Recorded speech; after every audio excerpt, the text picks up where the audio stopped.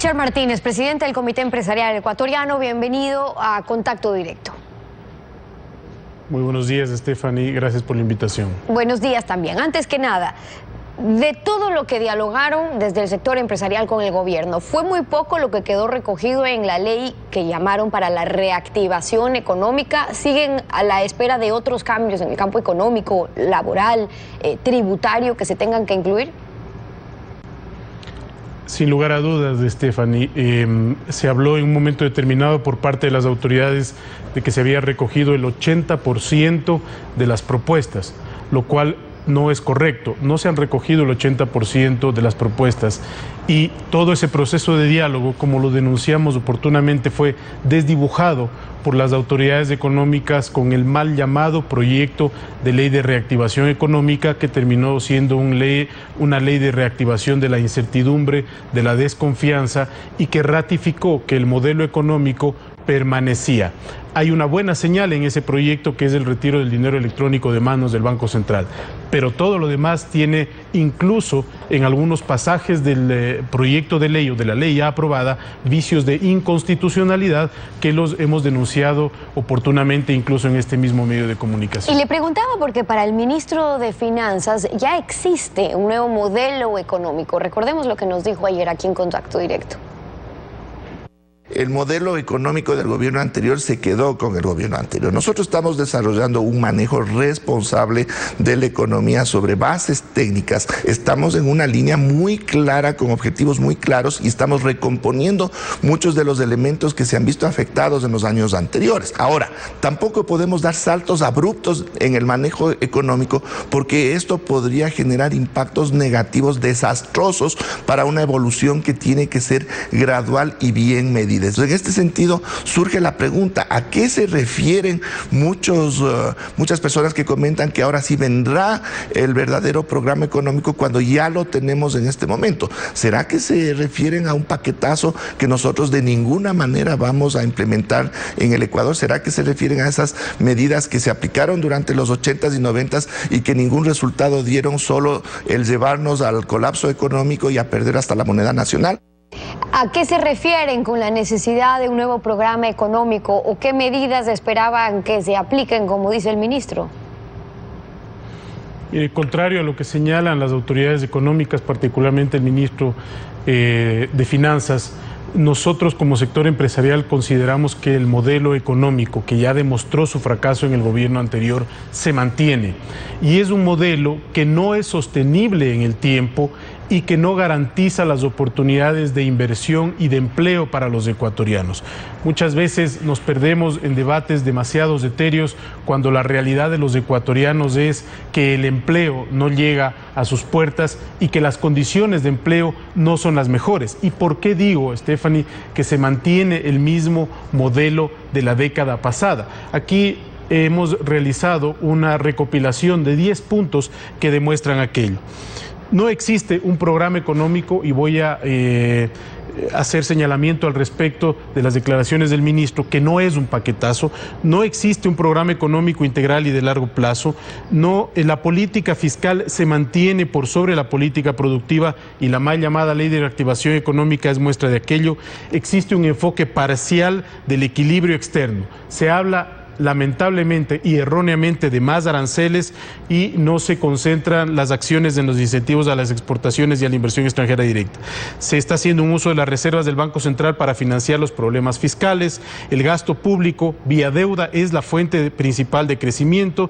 El perfil de nuestro endeudamiento no es el más eficiente en tasas y plazos. Hay presiones sobre la competitividad, se acaban de subir los precios de los combustibles, se anuncian los aranceles, hay excesiva y discrecionalidad, carga regulatoria y tramitológica, se subestima las expectativas de los agentes económicos en el desempeño económico y se mantiene una visión fragmentada en el funcionamiento del tejido productivo. Entonces, ¿creen que esos eran problemas? ¿Creen que esos eran problemas que tenían que atravesar con el anterior gobierno, en el anterior modelo, si es que se podría hablar de uno nuevo? Pero hay algo que aquí es casi evidente. Lo que le escuchamos decir al ministro de Finanzas actual ayer son muchos de los argumentos que sostenían los ministros del anterior gobierno y dentro del panorama que usted describe. Entonces, ¿por qué ustedes consideran que realmente puede haber expectativas de cambios en las áreas que mencionan con la legislación y las medidas más bien que ustedes sugieren? Mire, nosotros lo que creemos es que en el campo de la lucha contra la corrupción y de devolverle parte de la institucionalidad perdida al país que está canalizado en la consulta popular, se ha hecho un gran avance.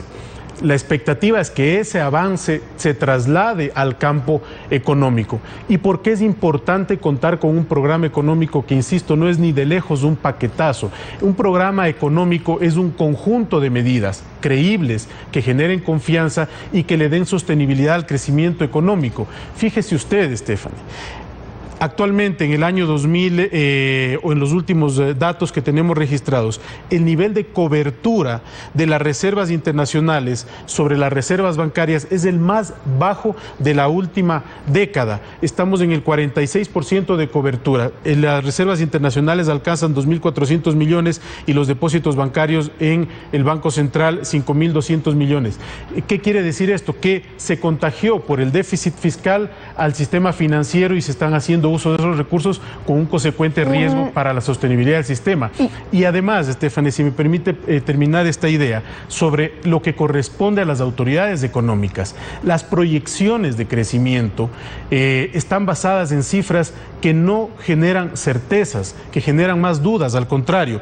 Por ejemplo, para el último trimestre del último año, del 2017, se debería dar un incremento del 27% en las exportaciones y para alcanzar el crecimiento proyectado de 7,4% para ese año, lo cual no vemos probable. O una caída del 44% en la formación bruta de capital fijo para llegar a la estimación de cierre de año de menos 13%. Estas inconsistencias lo que hacen es generar incertidumbre para la toma de decisiones y debilitan la imagen técnica. Claro, y en esas últimas cifras microeconómicas a las que usted se refería, claro, al disminuir las importaciones, que sí fue un efecto que ocurrió, hay una incidencia también en las exportaciones, pero en el tema de las importaciones, el ministro ayer insistía en que es necesario disminuir las importaciones porque se tiene que impulsar la producción nacional, porque es la que genera empleo, pero ayer Caterina Costa de la Cámara de Industrias nos decía que con el alza de aranceles dejamos de importar 5.000 millones de dólares, pero de bienes de capital, de materia prima, por ende producimos menos. Y entonces, ¿cuál ha sido el efecto? Porque el argumento para seguir poniendo aranceles aquí y queriendo disminuir las importaciones es, y lo escuchamos al ministro decir otra vez, mantener la dolarización, impulsar la industria nacional. Pero ¿qué pasó con las medidas que ya se tomaron en ese sentido y los resultados que hubo?